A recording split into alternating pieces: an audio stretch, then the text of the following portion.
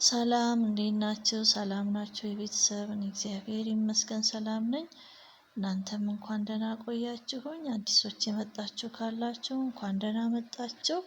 ሰብስክራይብ እያደረጋችሁ ቤተሰብ እንሆናለን። ዛሬ እንደዚህ የምታዩት በጣም የሚያምር ጤናማ በፍጥነት የምንሰራው ለጾም አማራጭ የሚሆነን ለልጅ ለአዋቂ ደግሞ ተመራጭ የሆነ ማንኛውም ሰው የሚመገበው የሚችለው ቆንጆ የጾም አማራጭ የሆነ አዘገጃጀት ነው። ቪዲዮን እስከ መጨረሻው እንድትከታተሉኝ በትህትና ጠይቃለሁ። ቤተሰቦቼ አብራችሁኝ ቆዩ። የምሰራበትን ወፍራም መጥበሻ ከጣድኩት በኋላ የኑግ ዘይት አድርጌያለሁኝ። በቁመት የተከተፈ ከፍ ያለ አንድ ቀይ ሽንኩርት ጨምሬ ከጋለው ዘይት ጋር ጥብስ አደርገዋለሁኝ። ዘይታችን የጋለ ከሆነ እንደዚህ በፍጥነት ለምንሰራው ምግብ ሽንኩርታችንን ቶሎ ጥብስ ስለሚያደርግልን ጊዜ ይቆጥብልናል ማለት ነው። ሽንኩርቱን ከጋለው ዘይት ጋር አብሬ ለትንሽ ደቂቃ ጥብስ አደርገዋለሁኝ።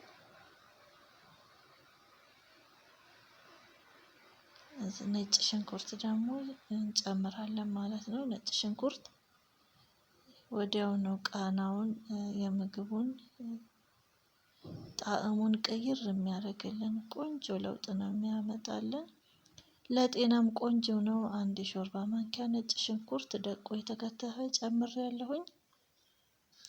እሱንም ለትንሽ ደቂቃ አብሬ ጥብስ አደርገዋለሁ። ይሄኛው ደግሞ አንድ ከፍ ያለ ራስ ካሮት ነው።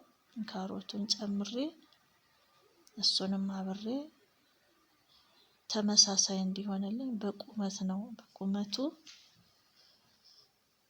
ካሮት መፈቅፈቂያ ካለን በሱ አለበለዚያ በቀጫጭኑ በቢላሁ መክተፍ እንችላለን። አትክልቶቹ አቆራረጣቸው ተመሳሳይ ሲሆንልን ቆንጆ መልክ ይኖረዋል። አበሳሰል ላይም እኩል ይበስልልናል ማለት ነው። ይሄኛው ደግሞ ቀጠን ረዘም አድርጌ የከተፍኩት ጥቅል ጎመን ነው። ጥቅል ጎመኔንም ከጠባበስኳቸው አትክልቶች ጋር አንድ ላይ ቀላቅዬ ደግሞ ለትንሽ ደቂቃ አትክልቶች ስለሆኑ ብዙ ማብሰል አይጠበቅባቸውም። ስለዛ ጠበስ ጠበስ ነው የምናደርገው። የምድጃችንን እሳት ሙቀት አስተካክለን እንዳይቃጠልብን፣ እንዳይጠቁርብን፣ እንዳይግለበለብብን አስተካክለን ምድጃችንን ዝቅ ባለ ሙቀት ጥብስ እናደርገዋለን። ትንሽዬ ጨውና ትንሽዬ ደግሞ እዚህ ጋር አፍሪጅ ጨምሬያለሁኝ። እሱን አንድ ላይ አቀላቅልና ትንሽ ጊዜ በራሱ ሙቀት ብቻ ጥብስ እንዲልልኝ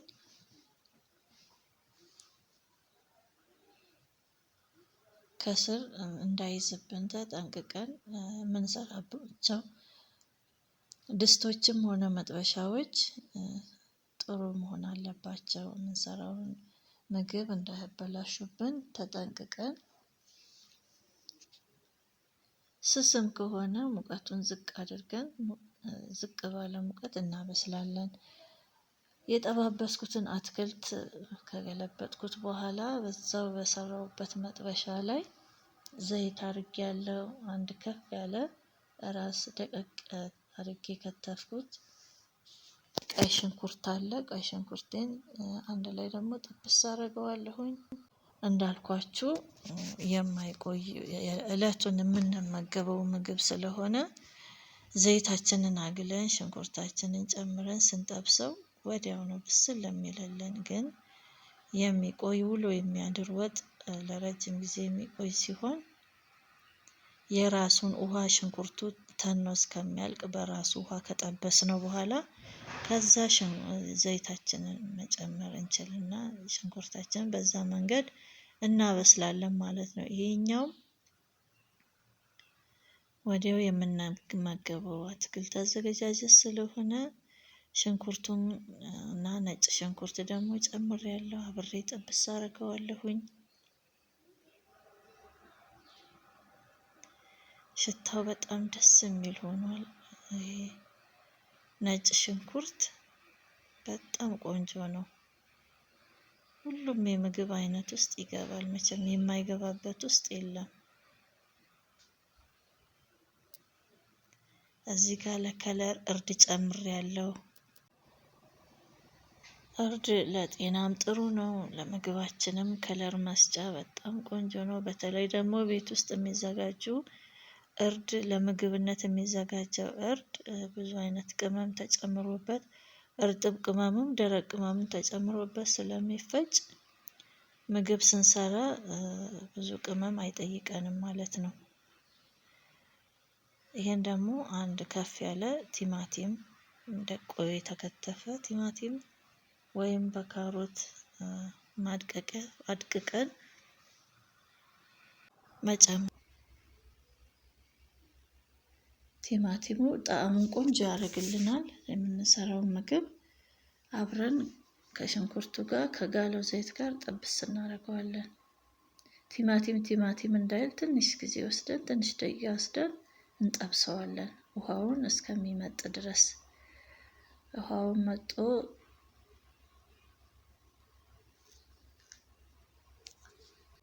ጥብስ ካለ በኋላ ቲማቲሙ እዛ ውሃ ጨምረን 2 የሾርባ ማንኪያ ምጥን ሽሮ ጨምሬያለሁ። እዚህ ጋር ምጥን ሽሮአችንን ጨምረን የፈላ ውሃ ጨምረን እናንተከትከዋለን። ምጥኑ ሽሮ ብዙ አይነት ቅመም ስላለው እርጥብ ቅመም፣ ደረቅ ቅመሞች አንድ ላይ ተደርገው ስለሚፈጭ ብዙ ቅመም መጨመር አይጠበቅብንም። ቤት ውስጥ ራሳችን ያዘጋጀነው ከሆነ የጨመርናቸውን ቅመሞች ስለምናውቃቸው ምንም አይከብደንም። እዚህ ጋር ብዙ ነገር መጨመር አይጠበቅብንም ማለት ነው። ክድን አደረገውና እንደዚህ እንደምታዩት ሽሮ ብስል ብሎልኛል። ተንተክትኩል መልኩም ቆንጆ ነው። ሽታውም ደስ ይላል። ከዛ ያለንን ቅመም አንድ አይነት ቅመም ካለን እሷን ከላይ እናደርጋለን። ጨው እናስተካክላለን። እዚህ ጋር የጨመርኩት ነጭ ቅመም ጨምሬያለሁ። በጣም ቆንጆ በአጭር ደቂቃ ውስጥ የምንሰራው ለጾም አማራጭ የሚሆንን ለልጅ ለአዋቂም የሚሆን ማንኛውም ሰው ሊመገበው የሚችል ነው። እዛ ቅድም የጠበስኩት አትክልቱን ጥቅል ጎመኑን እሱን ሽሮአችን ላይ እንጨምራለን። የሰራነው ትኩሷ ሽሮ ላይ ጨምር አድርገን እዛ ትንሽ ደቂቃ ደግሞ እሳት እናስመታዋለን። አንድ ላይ እንዲዋሃድልን ቆንጆ እንዲሆን የጨመርነው ቅመማ ቅመሙ ውህዱ አንድ ላይ አትክልቱና ሽሮ የሰራነው እንዲቀላቀል ቆንጆ ጣዕም እንዲኖረው ትንሽ እሳት እናስመታዋለን።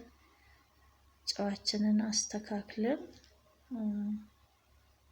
ከላይ ለመልክ ቃሪያችንን ጣል ጣል እናደርጋለን። እንደምታዩት ቆንጆ ነው። ከ10 ደቂቃ በታች 10 ደቂቃ በማይሞላ ጊዜ ውስጥ የምንሰራው ቆንጆ ምሳ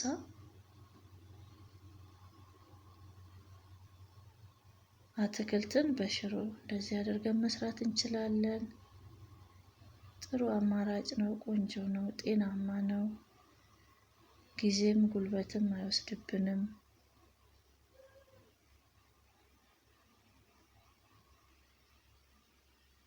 ቃሪያ ጣል ጣል እናደርጋለን። ሮዝመሪ ካለን እንጨምራለን። እንደምታዩት ደስ ይላል። ቆንጆ ነው። በዚህ መልኩ ይህንን በእንጀራም በዳቦም በቂጣም ቤታችን ውስጥ ባለ ግብአት መጠቀም እንችላለን። እንደዚህ አድርገን ደግሞ እንጀራችንን ቆርጠን